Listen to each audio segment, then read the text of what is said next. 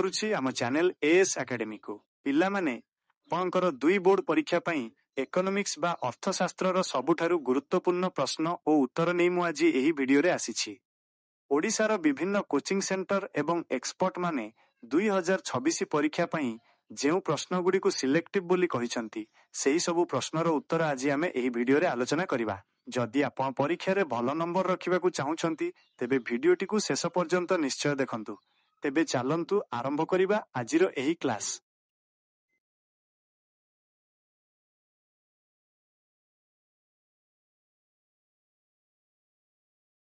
कहिले कौन बुझ उत्तर अर्थशास्त्र परिसर कहिले एहा मध्यरे आलोचना हेउथिबा विषय वस्तु जथा उपभोग उत्पादन विनिमय और बंटन को बुझाए। 2 प्रश्न स्वल्पता भित्तिक संज्ञा किए प्रदान करिथिले? उत्तर लियोनेल रॉबिन्स 1932 मसीहारे तांकर पुस्तक रे अर्थशास्त्र स्वल्पता भित्तिक संज्ञा प्रदान करिथिले। 3 प्रश्न मानविक अभावर दुईटी वैशिष्ट्य लेख। उत्तर क अभाव गुड़िक असीम। ख एक निर्दिष्ट अभाव परितृप्ति योग्य। 4 प्रश्न संपद कहिले कौन बुझ? उत्तर जेउ द्रव्यर उपयोगिता स्वल्पता एवं विनिमय मूल्य थाए ताहाकू अर्थनैतिक भाषारे संपद कुहा जाए। 5 प्रश्न पुंजी और संपद मध्यरे पार्थक्य कौन? उत्तर समस्त पुंजी संपद अटे किंतु समस्त संपद पुंजी नुहे। केवल उत्पादन कार्य व्यवहृत हेउथिबा संपद को पुंजी कुहा जाए। 6 प्रश्न चाहिदा सूची कहिले कौन बुझ?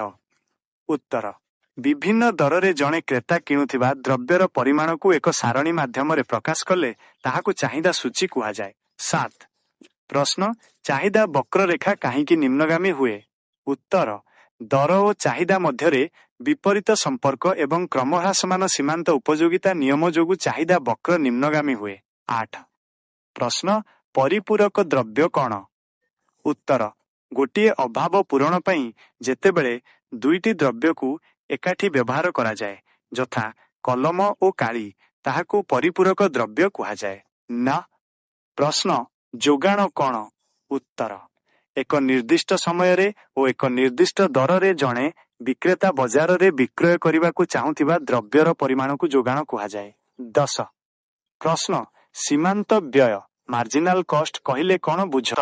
एक अतिरिक्त एकक द्रव्य उत्पादन पई मोट व्यय रे जेउ परिवर्तन हुए ताहाकू सीमांत व्यय कुहा जाए। 11 प्रश्न हाराहारी व्यय एवरेज कॉस्ट कौन? उत्तर मोट व्यय को मोट उत्पादन परिमाण द्वारा भाग कले जो फल मिले ताहाकू हाराहारी व्यय कुहा जाए। 12 प्रश्न एकाधिकार बजार कौन? उत्तर जेउ बजार रे केवल जणे मात्र विक्रेता थाए एवं द्रव्यर कौनसी निकटतम विकल्प न थाए ताहाकू एकाधिकार बजार कुहा जाए। 13 प्रश्न बजार दर कहिले कौन बुझ?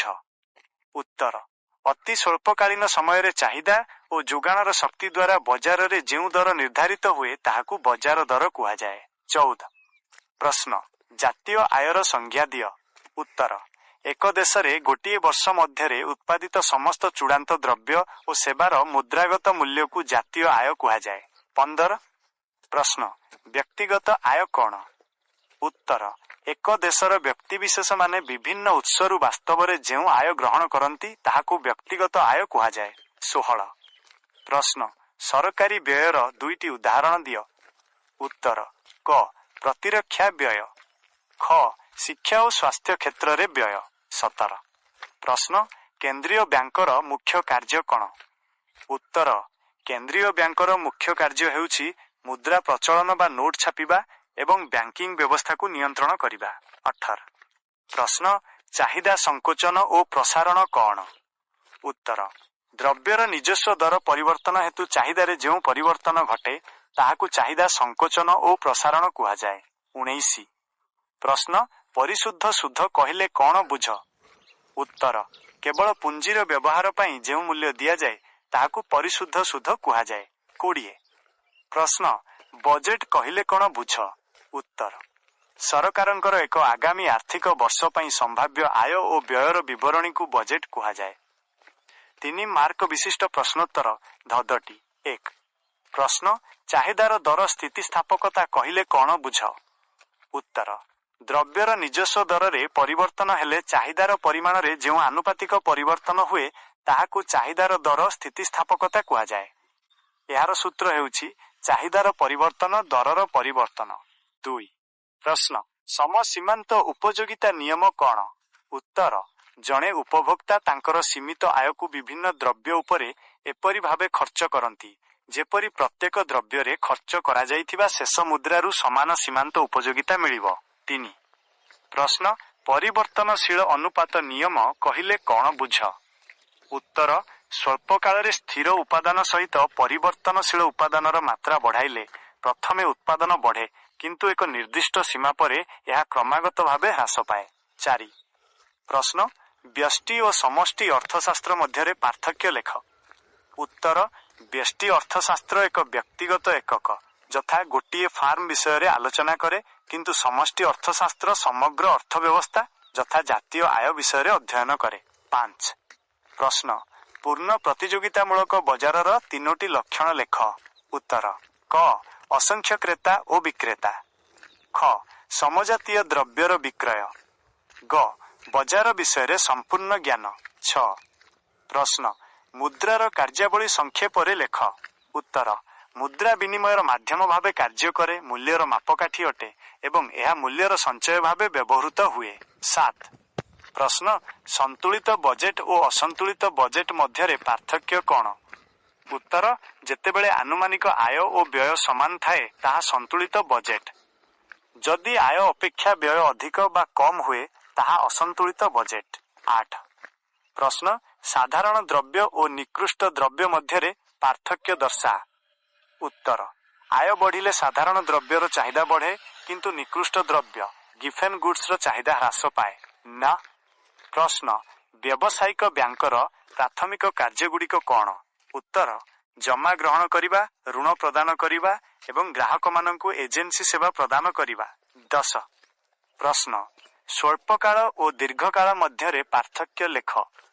ଉତ୍ତର ସ୍ୱଳ୍ପ କାଳରେ କିଛି ଉପାଦାନ ସ୍ଥିର ଥାଏ କିନ୍ତୁ ଦୀର୍ଘକାଳରେ ସମସ୍ତ ଉପାଦାନ ପରିବର୍ତ୍ତନଶୀଳ ହୋଇଥାଏ। 5 ମାର୍କ ବିଶିଷ୍ଟ ଦୀର୍ଘ ପ୍ରଶ୍ନ 41. ପ୍ରଶ୍ନ କ୍ରମହ୍ରାସମାନ ସୀମାନ୍ତ ଉପଯୋଗିତା ନିୟମଟି ଚିତ୍ର ସହ ବର୍ଣ୍ଣନା କର। ଉତ୍ତର ଏହି ନିୟମ ଅନୁଯାୟୀ ଜଣେ ବ୍ୟକ୍ତି ଗୋଟିଏ ଦ୍ରବ୍ୟକୁ କ୍ରମାଗତ ବ୍ୟବହାର କଲେ ପ୍ରତ୍ୟେକ ଅତିରିକ୍ତ ଏକକରୁ ମିଳୁଥିବା ସୀମାନ୍ତ ଉପଯୋଗିତା ହ୍ରାସ ପାଏ। 2. ପ୍ରଶ୍ନ ଚାହିଦାର ଦର ସ୍ଥିତିସ୍ଥାପକତା କ'ଣ? ଏହାର ବିଭିନ୍ନ ପ୍ରକାରଗୁଡ଼ିକ ଆଲୋଚନା କର। ଉତ୍ତର ଚାହିଦାର ଦର ସ୍ଥିତିସ୍ଥାପକତା 5 ପ୍ରକାରର ଯଥା ସମ୍ପୂର୍ଣ୍ଣ ସ୍ଥିତିସ୍ଥାପକ, ସମ୍ପୂର୍ଣ୍ଣ ଅସ୍ଥିତିସ୍ଥାପକ, ଏକକ ସ୍ଥିତିସ୍ଥାପକ, ଆପେକ୍ଷିକ ସ୍ଥିତିସ୍ଥାପକ ଓ ଆପେକ୍ଷିକ ଅସ୍ଥିତିସ୍ଥାପକ। 3. ପ୍ରଶ୍ନ ପୂର୍ଣ୍ଣ ପ୍ରତିଯୋଗିତାମୂଳକ ବଜାରରେ ଦର କିପରି ନିର୍ଦ୍ଧାରିତ ହୁଏ? ଉତ୍ତର ଏହି ବଜାରରେ ମୋଟ ଚାହିଦା ଓ ମୋଟ ଯୋଗାଣ ଯେଉଁ ବିନ୍ଦୁରେ ପରସ୍ପରକୁ ଛେଦ କରନ୍ତି ସେହିଠାରେ ସନ୍ତୁଳନ ଦର ନିର୍ଦ୍ଧାରିତ ହୁଏ। 4. ପ୍ରଶ୍ନ ଭାରତୀୟ ରିଜର୍ଭ ବ୍ୟାଙ୍କ ଆରବିଆଇର କାର୍ଯ୍ୟାବଳୀ ବର୍ଣ୍ଣନା କର। ଉତ୍ତର ଆରବିଆଇ ନୋଟ ପ୍ରଚଳନ କରେ, ସରକାରଙ୍କ ବ୍ୟାଙ୍କର ଭାବେ କାର୍ଯ୍ୟ କରେ, ବ୍ୟାଙ୍କମାନଙ୍କର ବ୍ୟାଙ୍କ ଭାବେ କାର୍ଯ୍ୟ କରେ ଏବଂ ଦେଶର ଋଣ ନିୟନ୍ତ୍ରଣ କରେ। 5. ପ୍ରଶ୍ନ ଜାତୀୟ ଆୟ ମାପିବାର ବିଭିନ୍ନ ପଦ୍ଧତିଗୁଡ଼ିକ ଆଲୋଚନା କର। ଉତ୍ତର ଜାତୀୟ ଆୟ ମାପିବାର 3ଟି ମୁଖ୍ୟ ପଦ୍ଧତି ହେଉଛି 1. ଉତ୍ପାଦନ ପଦ୍ଧତି, 2. ଆୟ ପଦ୍ଧତି ଏବଂ 3. ବ୍ୟୟ ପଦ୍ଧତି।